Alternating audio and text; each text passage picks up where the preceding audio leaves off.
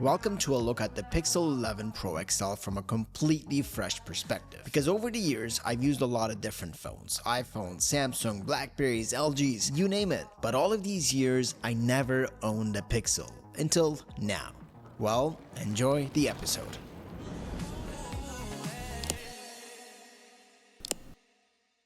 You know, sometimes less could also mean more in tech. And this phone right here might be a perfect example of that. But hold on, I'll explain what I mean. The way I understand the Pixel lineup is that on paper, on a spec sheet, it does fall back in certain categories. Chipset performance being the obvious one based on external benchmarks. But then positively, camera sensor sizes have actually improved a lot in this generation, but the phone still leans heavily on computational photography. As I use the 11 Pro XL, I genuinely felt like Pixel has carved out its own lane instead of trying to play catch up.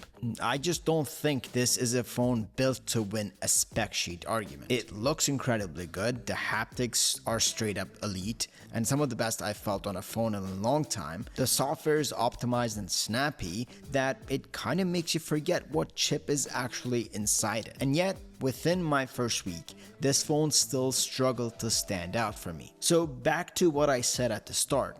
There are fewer areas where this phone is trying to compete, but in the areas that it does compete, it really genuinely stands out. So I personally see it as less is more, because some people want their phones to be optimized, snappy, and beyond just the specs. So that is the way I read Pixel's philosophy. So before I even used this phone, I heard a lot of good things about the haptics experience on Pixel devices. And I used to think like, how good could they be? Well, people were right. They are really, really good. I try to leave my phone on loud as much as I can, just so I can feel the haptics and hear the notification sounds, because together that's a really good experience. And I'm gonna try to play some notification rings for you guys. I don't know if you're gonna be able to hear it 100%. It's something so little, but it does really change the experience on the device. Like, it kind of goes back to what I was saying in the beginning. Like, it's not the perfect phone, but the features that it stands out at, if you appreciate those things, you're really gonna enjoy the experience on the Pixel 11 series. So this is the Pro XL in the frost color, and in person it's one of the most understated Pixel colors I've seen. Gorilla Glass Victus 2 in the front and the back, and the display performance on the other hand is okay. Switching from a phone like the S26 Ultra and even the Z Fold 8, the Pro XL's display is visibly more reflective. Now this is a very good looking phone, like it makes a statement.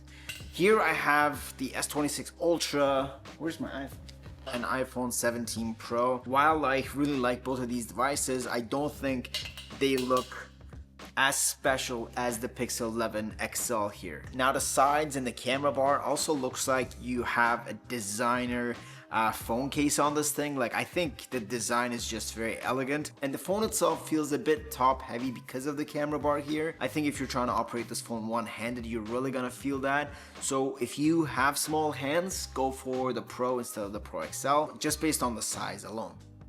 Coming from Samsung's One UI, the differences hit almost immediately. Some of them are obvious and some of them I had to stumble into. First one was actually uninstalling apps. On most Android devices I've used, you press and hold the icon and then the uninstall option pops up right there. On Pixel, it's different. It took me a solid minute to realize there actually is an uninstall bar that appears up top instead. Small thing, but it tells you that this is a different way of thinking about the interface. And then to me, the overall UI reads a bit more clustered than I expected. The app drawer is just all one page, no folders, no slidable pages, or even the option to put some of your most used apps on top. And you know, apps that you wouldn't necessarily want on your home screen. Yeah, you can't reorganize your apps on the app drawer. Notifications and the quick settings live on the same page as well, which I'm not a fan of that. Though if you do swipe down with 2 fingers, the quick settings panel expands out on its own,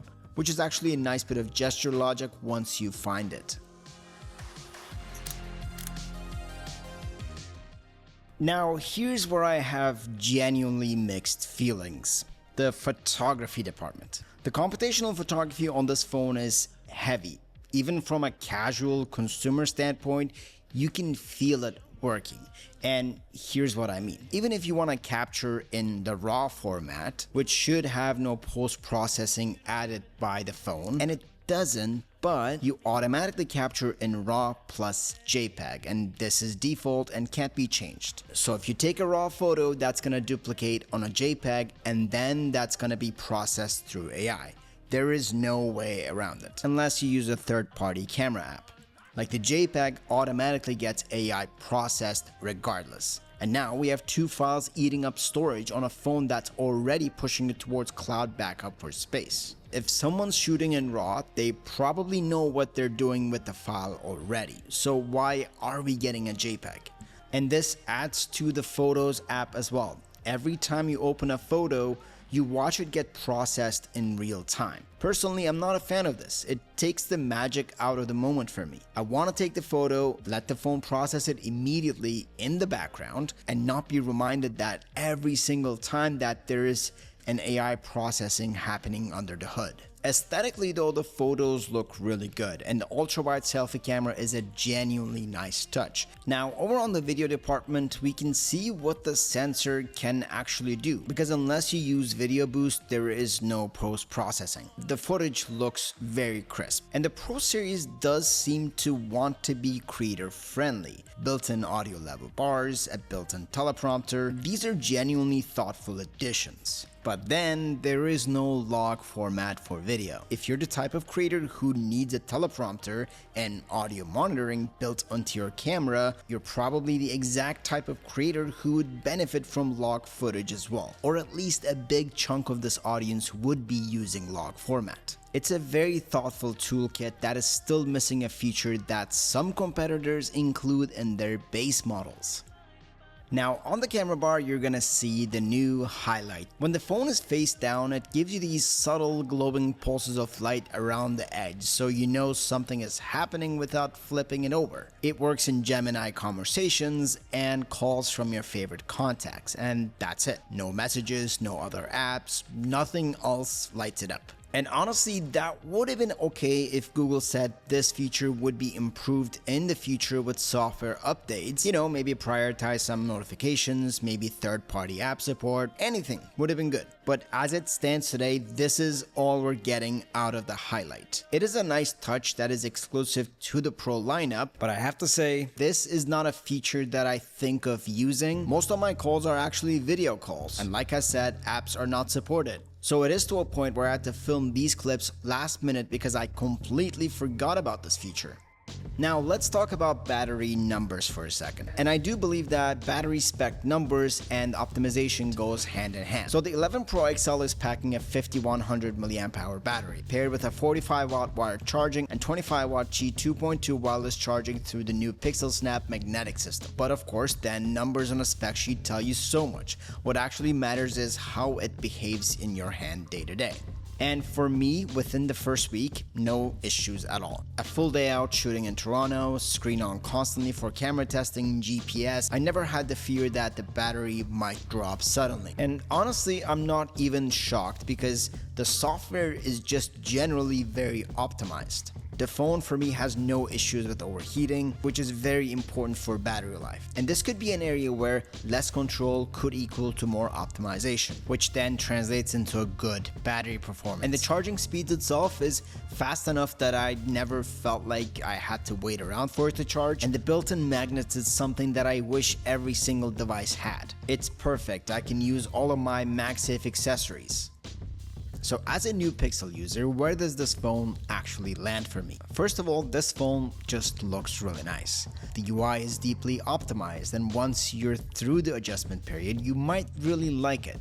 But I gotta say, for me, there are still things I'm not quite used to yet. Social apps, including uploading, runs pretty smooth. And in terms of battery life, I think everyone that would be interested in getting this phone would be confident with the battery performance, at least with the current software that the phone is running. Now on the negatives, it does lack a bit of that control freedom on the UI side. And look, that genuinely might be the trade-off that makes this whole thing very optimized. Now whether that's a fair trade completely depends on what kind of user you are. If you value the freedom in the UI over posting content on social media, you might want to go with another device. Thank you so much for watching this episode. As always, it has been a pleasure. I'll see you in the next one.